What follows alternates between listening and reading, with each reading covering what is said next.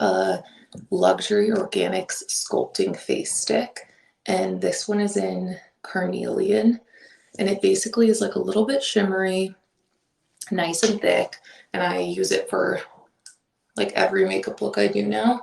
So I always do a little bit on the cheeks, and it's 100% like a nice little highlighter. And then I always use a little bit extra and do like right on top of my eyelids, because it just gives like a little shimmer, but natural. And it blends everything together to make everything look super natural, which again, my lighting is horrible on here. I don't know where the better lighting is, but you can see how it blends everything together. I feel like this is a better place. So I absolutely love this, and then I always do a little bit on my nose. So it's like dual highlighter, cheeks, and then eyelids. And I got like a natural color, but I know they have darker ones, but I love this because it's definitely like dual blush highlighter, and it's OG. I know they have a ton of great stuff, but this is one of my favorite ones by them. And it's just like thick and magnets, and it's so nice to travel with. Also, I've now traveled like 3 times with it. So the next thing I like to do is, if I want like a little bit of an extra highlight, I'll use a teeny bit of something on like the top of my cheeks.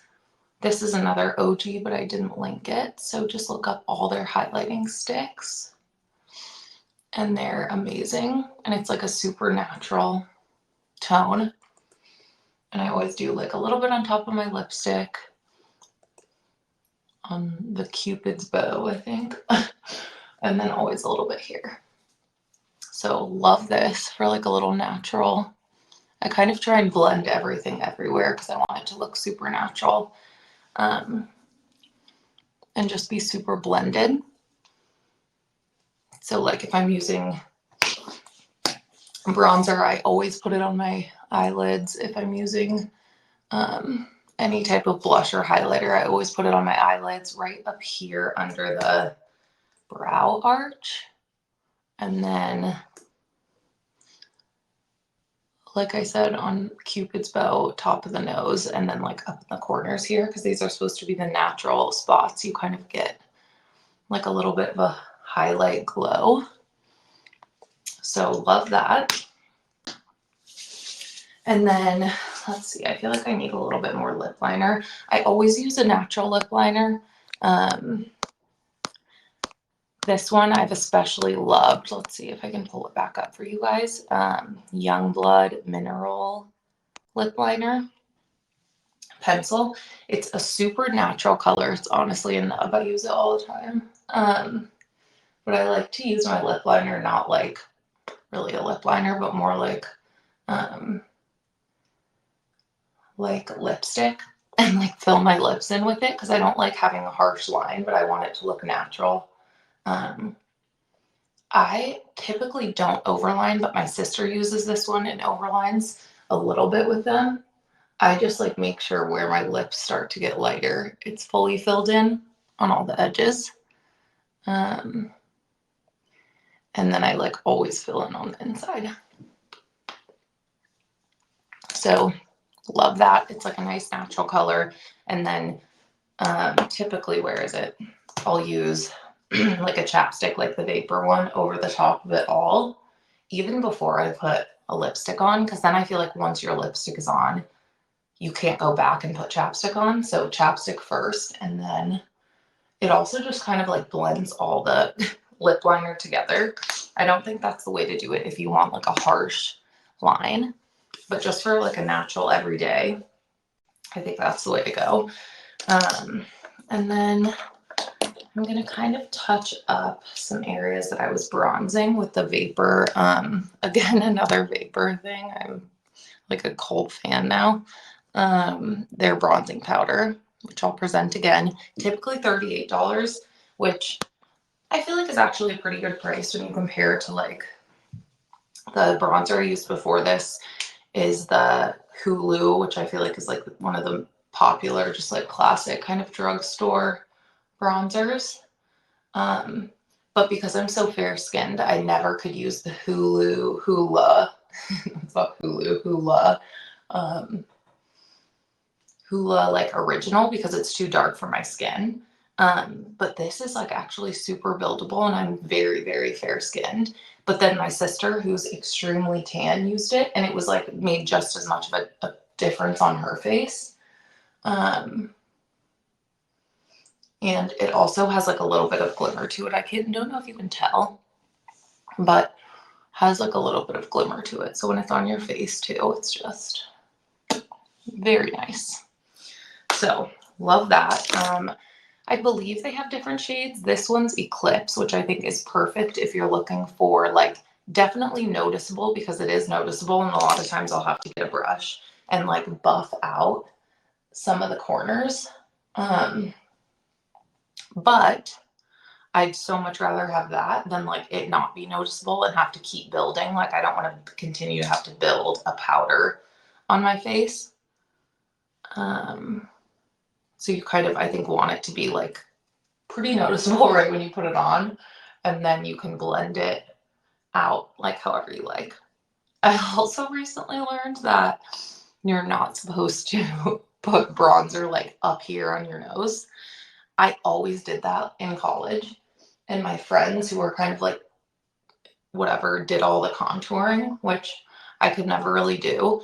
And I just always love like a natural look, so I never really end up doing that.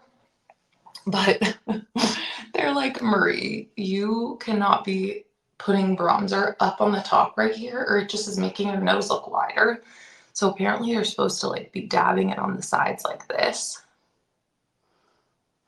And then always put it here too, because you don't want it to be like white down the center. And this gives like a natural little boop, kiss on the top of the nose, which is nice.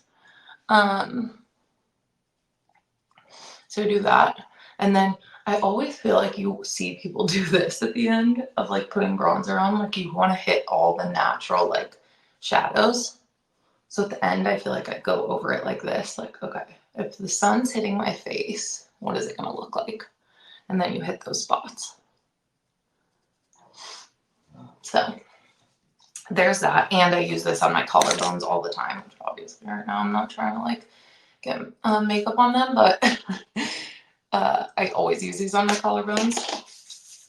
And then after doing that, I always feel like I need to go back in with highlighter on the inner corners of the eye, because you don't want the inner corners to be dark if you're like putting bronzer in there.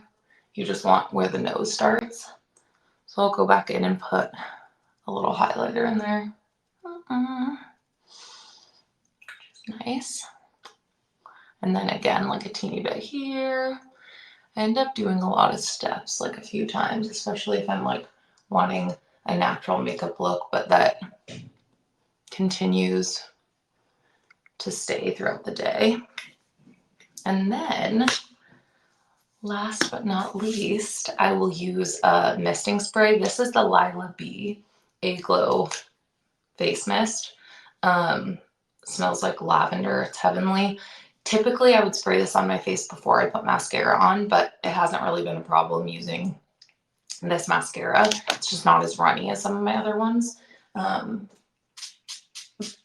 So heavenly, so nice. Also, I think when you're doing like a full makeup refresh before you go out, it's just like wakes your face up. And I kind of let it sit there because it is a lot, and I tend to spray a lot on my face just because it's so nice. It's a hydrating face mist, but it's also like a finishing spray. So I use that. My hair is going to be so crazy right now. But refresh the curls before going out again. And that's kind of like the whole natural look. If you want, I'd add like a lip gloss or something before going out, or like lipstick. But another last little trick that I feel like maybe people do, maybe they don't. Sometimes I'll use like a little bit of like a butter highlighter on my lips at the end and just blend it in. Because I feel like everything looks better when there's the same colors on your face, like throughout your look. So I blend a little bit of that in there, put it on the spots that's supposed to make your lips look bigger. Like a highlighter for your lips. So I do that. Get all the makeup off my palms, and basically that's it. I'll keep doing little makeup looks. I think the next thing I'm going to do on Verishop is do either a night out look or styling my coffee table, which I just got a beautiful like white granite coffee table. So TBD. And then lastly, I would typically freshen up, and I'll pull it up for you guys, the T3